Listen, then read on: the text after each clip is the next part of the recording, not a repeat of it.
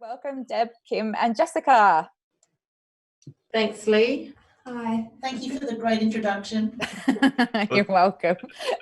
Thank you for joining us today. And it's great to be sitting across the table from you. It's the first time we've had all of our guests in the same frame. So this is great. It's a good new experience. So novel. Well, thank you so much for taking time out of your Friday afternoon to come on our show today. And the reason we've asked you to join us today is because you've been involved in STEM Girls from different perspectives as both leaders and participants, and we would love to learn more today. So maybe to kick us off, we'll start with you, Deb. Can you tell us a little bit about STEM Girls and what this program does for girls? So STEM Girls was initiated in 2015. So this is our sixth iteration of the program. It's a longitudinal program that spans across the year. So we have a number of learning programs structured so that the girls can meet each other. It's grouped into clusters. So we have a metropolitan cluster. In fact, we have three metropolitan clusters this year. And Whyalla and Mount Gambier as our regional clusters. So initially the girls group together in their regions, and then we bring them together for a 2-day conference. And the idea is that these are girls who are interested in STEM related subjects, and particularly in secondary school that actually comes back to maths and science. And what we're trying to do is make connections for the girls with each other so that they are supported as they go forward into studying science and mathematics. And what we've seen is that from 2015, where we started with 16 girls, to this year, we've had a continual growth, and this year we've got 96 girls registered across those clusters. So it's been an empowering journey for the Connect team to actually work on a program that has been able to grow that desire and to make connections with the girls. So not only do the girls meet each other in their own regions or metropolitan clusters, but then they go on to meet each other at the 2-day conference. So they're actually end up meeting a large number of girls, a large number of women also who have STEM careers, and being able to talk to those women, hear their stories and ask their own questions. And that's become a powerful model. Absolutely. And that is so powerful. That's such a good word for it as well, because I stopped doing maths and science in year 9 because there was just no one to look towards as a woman either. So to see it kind of blossom and know that, you know, my kids are in good hands as well is such a good thing. Yeah. Now, what's involved in running a program like this?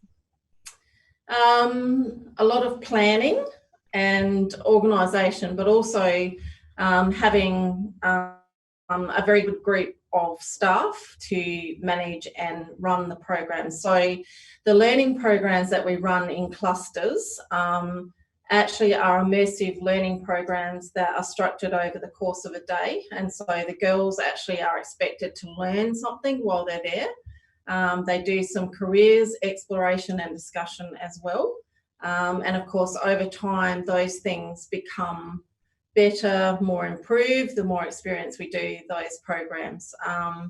But one of the 2015 girls is still completing her engineering degree here at the University of South Australia, because in that first year we actually targeted year 10 girls. So it took us, 3 years to get that cohort of girls to university. And then we decided to target year 11 girls as a better, mature age group. They're ready to actually think about that next step to their career. Year 10 just seemed a little bit young, so that's why we've targeted year 11. We have a team of STEM people. Most of us have secondary school math science backgrounds, but we have the privilege of having all the resources of the university to help us develop exciting programs. So we work with academics and researchers across the university to develop current thinking and modelling in science and mathematics. So we can structure the programs to be engaging.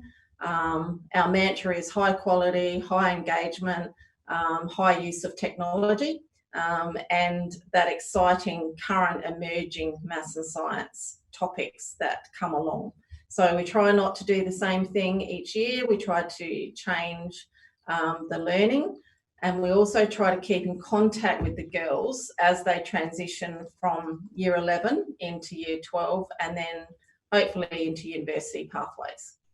Obviously not all to Uni SA. We'd love them all to come to Uni SA, but reality is that some of the girls have gone to other universities in the state or interstate universities. Yeah, that's brilliant. And maybe, I don't know if this is more of a Kim question, what kind of students might you find involved in this program, especially since it kind of is ever evolving and changing? The students that we've been dealing with, they're innovative and they're inspired to do STEM subjects. So they already have a passion for the subject, but when they're in the actual program, they have it more ignited, and then they get epiphanies from meeting. We have a large cohort of guest speakers that we engage with and industries that we take the girls on tours with as part of the conference. So they're always being inspired and empowered to be more informed on making their decisions later on rather than hearsay. But the girls that we do, I just ran a program, the beginning of the program last week, and I actually, the whole day didn't feel like I was at work. The girls are wanting to be there, they're engaged, they love STEM, they want STEM careers, they're like sponges for lots of information that they want. They were just so much fun to be with, and it is going to, and I say this wholeheartedly, not as a sales pitch or anything, it is going to be a pleasure watching these young ladies progress through their further studies and through the STEM careers. Really looking forward to that.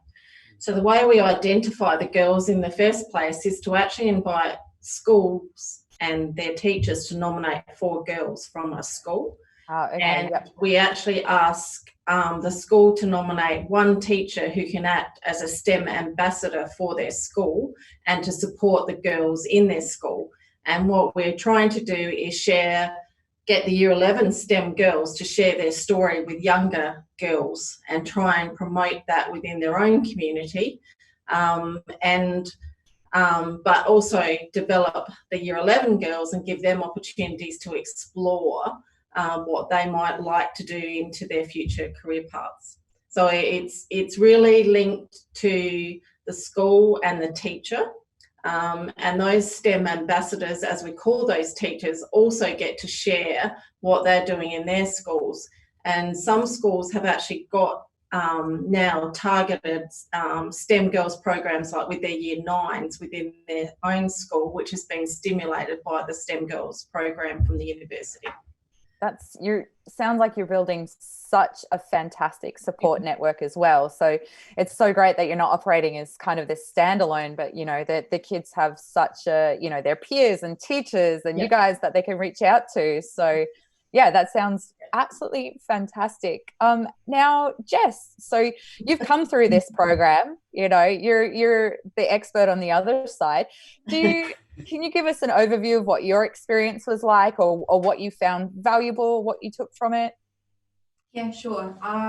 My experience was really good. I did it in 2018, and so we did the couple of the inquiry-based days in Mount Gambier, and they were really informative on like the that's okay. Information and that kind of thing. And then when we came to Adelaide for the conference, I found that the most helpful, I guess, because hearing the stories from the women that are currently in the STEM fields was really inspiring, and it's like, you can do it because there's people that have done it before. So the year that Jess was a STEM girl, Tanya Munro was the keynote speaker at the conference dinner. But prior to the conference dinner, we actually have a networking session for the girls. So that's when the girls get to meet each other from every cluster. And we talk to the girls about the importance of communication, How do you exchange information when you're in a room of strangers, and what are you actually wanting to get out of the conversation as well in terms of information that they might like to know. And other keynote speakers at the dinner were from industry, one from Saab and one from the RAF. And Marja from RAF, she's actually one of the leading RAF pilots in Australia, and has now gone on to the US to do a training course with pilots there.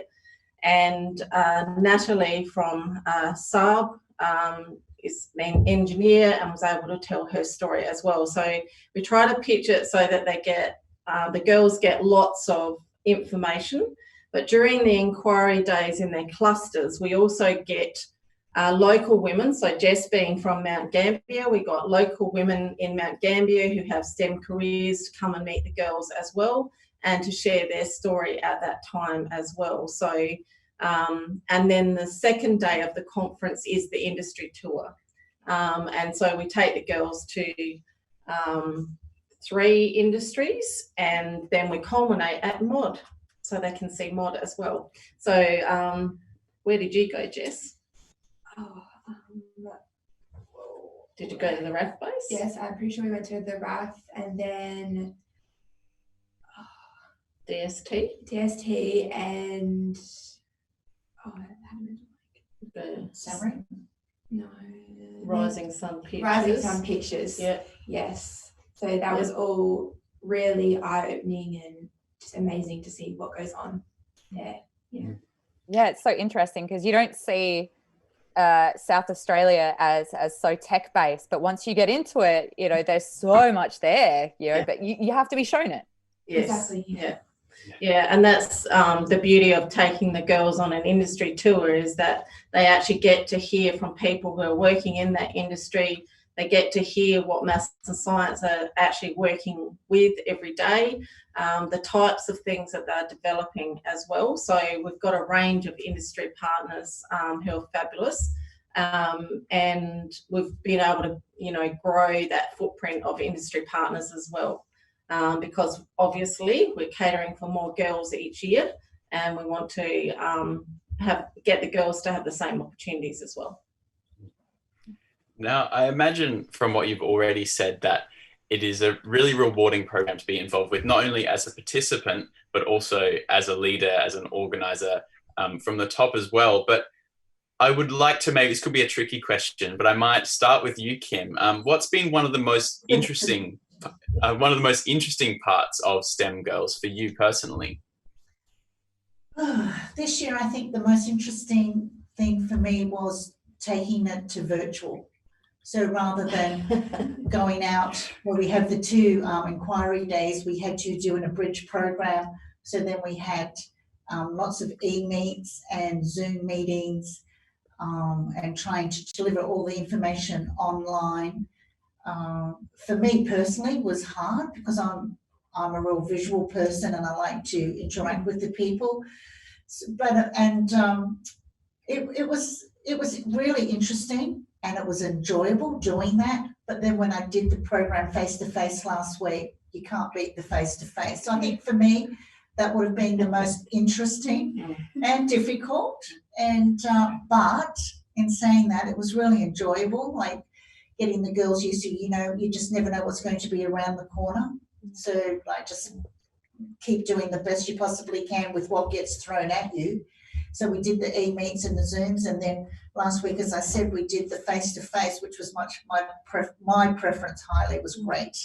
And then it was the girls actually that I met last week, like, you look the same, you talk the same. So I'm like, oh, okay. So that was really nice, and trying to put all their faces together from the little squares we get in the Zoom meeting. Yeah, that would be my most challenging thing this year, but enjoyable. One of the most heartwarming things that we see when we do the conference is just the amount of noise and conversation at the dinner when we have the girls sitting with guests who are women from STEM industries who are invited, and the girls sharing that information as well. And so building those connections for themselves, I think, is for me, one of the most important and valuable things of the program. Mm. What about you, And Jess? yeah, I was going to say, how about you, Jess? From a student perspective, was there anything surprising, particularly intriguing about your experience? Well, it definitely, the conference and the guest speakers and that wasn't what I expected it was going to be, but it turned out to be a lot better than, I mean, coming from our Gambia, I didn't really know what to expect anyway, but it was a really positive experience, and it was really good to have the opportunity to talk to all those women and girls, and who have the same passion and aspirations and goals. Yeah. Mm. And you, Kim, you already spoke a bit about the challenges that you've faced with the program this year, especially with having to go online. But are there any challenges in necessarily could be related to COVID shutdown, or it could just be in how the programs run year to year? Are there any challenges that you have to come up against in putting this program together in terms of the outreach or the actual logistics of it all? I think the hardest thing with the program would be that we have to have a capped number. Like, we have to have a number, and then you have to say no, because we just can't keep taking extras and extras.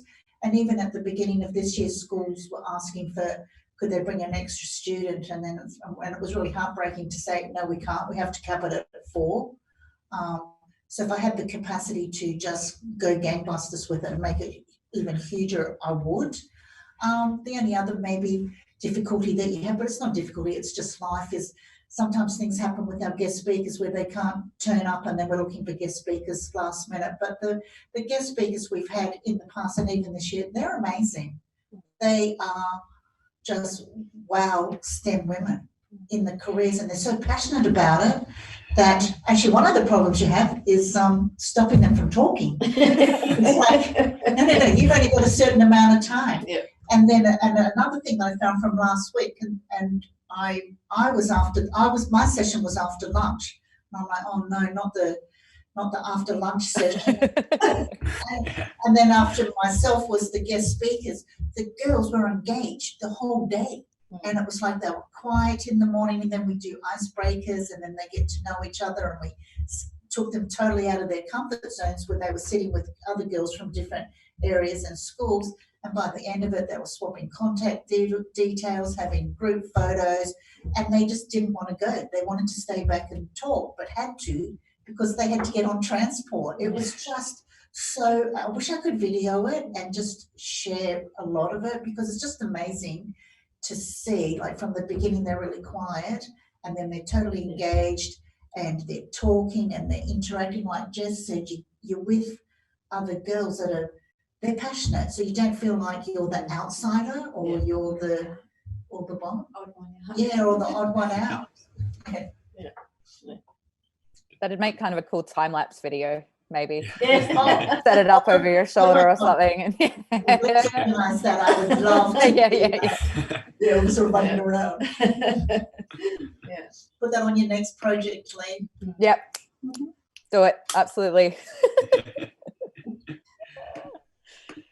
So I guess it's such an interesting program, and I was an 80s child and went to school in the 90s, and there was really nothing that was female focused in this area. And it's something as an adult that I support, but I never grew up with that mindset of like, oh yeah, I can be this or I can be that. It was always like, my parents are boomers, and they were like, why do you want to do year 11 and 12? So it's kind of seeing that progression to what you guys are doing is so fantastic. So I'll go down the line here because I want to hear what you all have to say. So maybe Deb, what would you say to people who might be thinking about getting involved with STEM girls? Probably why not? It provides huge opportunity for the girls. I mean, women continually are underrepresented in STEM careers. They don't manage STEM companies. We've got a long way to go in terms of female representation across the sector, and I guess it's about their individual interest and fostering that as well. I think a lot of girls are quiet and don't actually know how to promote themselves. And I'd say that STEM Girls is trying to help them with those things, those communication skills, networking skills, looking at where the opportunities are, and then getting support from the women who already have STEM careers, because that's what happens at the conference dinner, is that a lot of them walk away with contact details for those women, and then the women actually allow them to email them afterwards and ask their own questions on email as well. So they do swap business cards. So you never know where those connections can lead into the future. Yeah. That's brilliant. What about you, Jess? Since you've been through it, what would you say to someone else who is thinking about getting involved? I would definitely recommend that they do it, because like has been said before, as a year 11 student, you are trying to work out where you want to go with your career and your field and that kind of thing. And the connections that you make in those, like the 2 days and then the conferences, is just going to help you so much with working that out. And if you have any extra questions after, I guess you said that they're willing to answer them for you, and it's just really good experience. Yeah. That's brilliant. And Kim? Definitely do it. Definitely do it. Whether you want to be as a student or a school involved or a guest speaker or an industry, it is so rewarding. It is an amazing program. And a lot of people say behind the scenes, or the adults, not the students, it's like, boy, I wish I had this at school when I was going to school. I wish I had $1 for every time someone said that. It's a great program. It's really rewarding. Yeah, absolutely. Unanimous. If I can just share some outcomes of the STEM Girls program. So each cohort of girls we track and find out, where they go and what they end up doing. And so it takes us 2 years. So we start with year 11s. Obviously, the next year they do year 12, and then they come to university. So in 2018, Jess was in year 11. And she was part of the 2018 STEM Girls. So then she did her year 12 at Grant High School in Mount Gambier, and then now she's at university. And so from her cohort of girls, there were 81 girls that year, and 84% of them, so 68 girls, went on to university. And of those girls, 49 went on to STEM university pathways. So we're showing that we are building the capacity to assist young women to pursue those careers. And some of the regional girls, if the degree program was offered at their regional campus, actually stayed in Mount Gambier. So 4 girls stayed in Mount Gambier because they chose programs that were offered at the local campus. In Whyalla, there were 6 girls who stayed at their local campus. So it's also building the regional capacity as well, and allowing, regional people to stay in their regions to help their communities like that. Not all degrees, of course, are offered in the regions. And so some students choose to do 1 year at their local campus and then come to Adelaide to finish their degree course. But it does help, the students from their regional areas also to think about that transition. Yeah, wow, those stats really do speak for themselves, as well as, this unanimous come and do it, get involved that we've had from all 3 of you. And before we finish up in just a couple minutes, it's gone really quickly. I'd love to know, you mentioned that you've gone back to doing things in the flesh in the last couple of weeks after being at home. What does the next few months look like for the program? And are there going to be any changes, adjustments coming out of this period? Yes. Yes, there are changes. Yep. Not surprising. Yeah, we're busy with doing, excuse me, I'm losing my voice. Excuse me for a minute. Whoops. So we're doing face-to-face for the inquiry learning days, but unfortunately we've had to cancel the conference, which is really disappointing, really, really disappointing.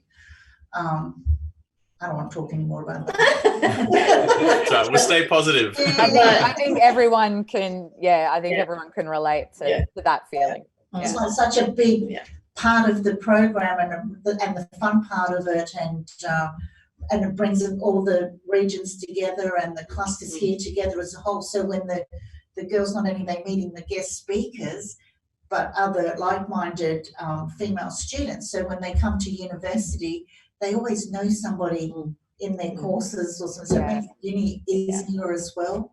Yeah, that's So we've approached our keynote speakers to see if they would be able to do a Zoom keynote to the STEM girls, because we're very passionate about keeping in contact with this group of girls, and we understand that the environmental conditions just don't allow it, but we don't, want those girls to actually be lost and not get some benefit from this program as well. So we're trying to do some things online, but of course it's not ideal, but in the current environment, we need to do some of those things instead. So and we've started thinking about what can we do early next year for this group of girls, and we know that that's year 12 for them, and we don't really like to interrupt their year 12, but there may be an opportunity for us early next year to bring that group of girls together